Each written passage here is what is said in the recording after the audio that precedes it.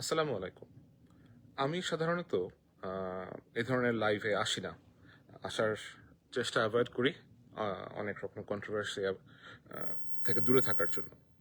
কিন্তু আজকে কিছুক্ষণ আগে একটা ভিডিও দেখলাম বাংলাদেশে একটি বেগম খালেদা জিয়ার শোক সভায় জনৈক সাংবাদিক যার নাম জনাব সালেহ উদ্দিন, তিনি সময় টেলিভিশনের একজন সাংবাদিককে লাইভে ব্রডকাস্ট করার সময় ধাক্কা দিয়ে পাশে সরিয়ে দেন। এটা একটা আনপ্রেসিডেন্টেড ব্যাপার, এরকম আপনি করতে পারেন না কিছুতেই। তো এই ভদ্রলোককে সেটা নিয়ে যখন আমি একটু কাজ করতে গেলাম, আমি জানলাম যে এই ভদ্রলোক দৈনিক ইত্তেফাকের এক্সিকিউটিভ এডিটর এবং 5ই আগস্ট 2024-এর আগে তিনি অস্ট্রেলিয়াতে বসবাস করতেন। তারপরে তিনি বাংলাদেশে ফেরত এসেছেন। ফেরত এসে তিনি PKSF পল্লী সহায়ক ফাউন্ডেশনের পরিচালক হয়েছেন, বাংলাদেশ ন্যাশনাল টি বোর্ডের একজন পরিচালক হয়েছেন এবং ইত্তেফাকের মতো একটি পত্রিকার এক্সিকিউটিভ এডিটর হয়েছেন। এবং উনি যা করছেন এখন, তিনি আপনার বিভিন্ন লোকজনের তোষামোদি করার চেষ্টা করছেন, বিভিন্ন পলিটিক্যাল পার্টির তোষামোদি করার চেষ্টা করছেন। এবং আমরা যেই চক্রটি আগে দেখেছি বাংলাদেশে, আপনার শ্যামল দত্ত, ফারজানা রূপা, শাকিল এবং মোজাম্মেল বাবু এবং আরও যারা ছিল, আপনার চাটুকার টাইপের যে সমস্ত চরিত্রগুলো ছিল, এরকম একটা বলয় তারা তৈরি করার চেষ্টা করছে।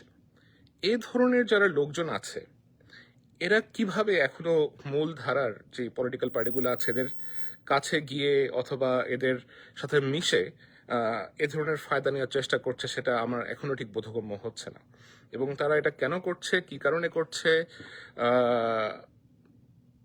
এটা রাজনৈতিক দলগুলোকে অবশ্যই খতিয়ে দেখা উচিত। এবং তারা যদি এটা এখনই বিবেচনায় না নেয়, তাহলে আমরা হয়তো দেখব যে বিগত যে স্বৈর শাসক ছিল বাংলাদেশে, তাদের যে একটা তোষামতকারী গ্রুপ ছিল, যারা তাদেরকে তোষামত করে করে অত্যন্ত তৈলাক্ত অবস্থায় নিয়ে গিয়েছিল, আমার মনে হয় এদেরকে যদি এখনই কন্ট্রোল করা না হয়, তাহলে এরা আগামীতে যেই রাজনৈতিক দল যারাই আসবেন ক্ষমতায়, এরা তাদেরকেও সে পর্যায়ে নিয়ে যাবে। সুতরাং এই তোষামতকারীদেরকে আপনাদের নিজস্ব সার্কেল থেকে দূরে রাখুন, খুঁজে বের করুন এরা কিভাবে ন্যাশনালিটি বোর্ডের পরিচালক হতে পারলো, কিভাবে PKSF এর পরিচালক হতে পারলো, কিভাবে ইত্তেফাকের নির্বাহী সম্পাদক হলো। এবং এর মানে কি এই যে একটা সেট যাবে আর একটা সেট আসবে, এসে আপনার এক দল আরেক দলকে পরিবর্তন করবে? এটা তো তাহলে পত্রিকার স্বাধীনতা কোথায় যাবে? টেলিভিশন চ্যানেলের স্বাধীনতা তাহলে কোথায় যাবে? আপনারা এক পক্ষ যাবেন, আরেক পক্ষ আসবে। এটা একেবারেই গ্রহণযোগ্য না, একেবারেই গ্রহণযোগ্য না। আশা করি রাজনৈতিক দল যারাই আছেন তারা আশেপাশে চাটুকার বলয়ে মুক্ত রাখবেন নিজেদেরকে এবং চাটুকারদের থেকে নিজেরা দূরে থাকবেন। এই চাটুকাররা বিগত সময় কি করেছে সেটা থেকে আপনারা শিক্ষা নেওয়ার চেষ্টা করুন। এবং যদি না নেন, তাহলে অবশ্যই you know what has happened in the past. তারা কিভাবে একটা সরকারকে অথবা একটা রাজনৈতিক গোষ্ঠীকে বিপদগামী করেছে, খাদের কিনারে এনে ধাক্কা দিয়ে ফেলে দিয়েছে। আপনাদেরও সেই একই অবস্থা হবে। এদেরকে বর্জন করুন। এরা সঠিক লোককে সঠিক জায়গাতে দিন। বাংলাদেশে বহুত সাংবাদিক আছে, বাংলাদেশের ভিতরে বহুত যোগ্য সাংবাদিক আছে। তাদেরকে আপনারা যদি পছন্দ করেন অথবা প্রয়োজন ফিল করেন, তাদেরকে সমস্ত কাজে গিয়ে লাগাতে পারেন আপনারা। অথবা পত্রিকাদেরকে ইন্ডিপেন্ডেন্স দেন।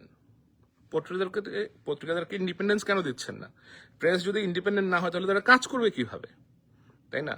সুতরাং এটাই অনুরোধ থাকবে যে নিজেদেরকে সাংবাদিকের যেই একটা তোষামত গ্রুপ আছে এদের থেকে দূরে রাখুন এবং এই আপনাদের দলের নাম অথবা বিভিন্ন গোষ্ঠীর নাম ব্যবহার করে যারা ফায়দা লুটছে, এদেরকে চিহ্নিত করুন এবং তারা যেন ফায়দা লুটতে না পারে সেই ব্যবস্থা নিন।